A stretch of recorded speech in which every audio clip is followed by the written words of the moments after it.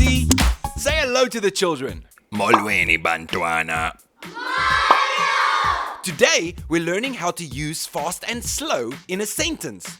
Are you ready, kids? Yeah! To say I walk fast in isiXhosa is Ndihamba, ngokukhawuleza. And to say I walk slow in isiXhosa is Ndihamba, ngokucotha. Okay, stop for a second. Let me explain.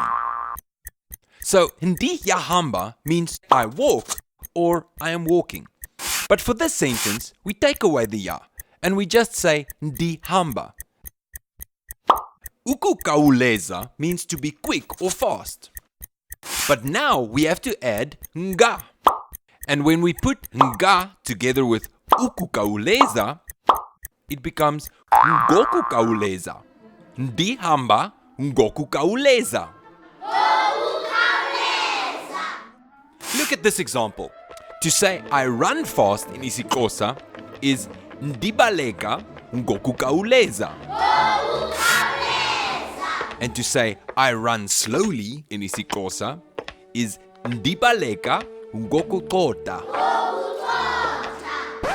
Okay, let me explain some more. Ndibaleka means I run or I am running. Remember, for this sentence, we make it a bit shorter. So we take away the ya and just say Ndibaleka. Ngokucotha means to be slow.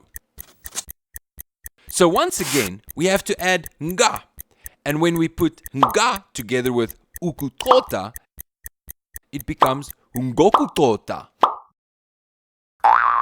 Ndibaleka ngokucotha. Look at this example. To say I eat fast in isiXhosa is Nditya ngokukhawuleza. And to say I eat slowly in isiXhosa is Nditya ngokucotha. And now you can use fast and slow in a sentence. Goodbye, Abuti. Goodbye, kids. See you next time. Nisaleka kuhle. Wow!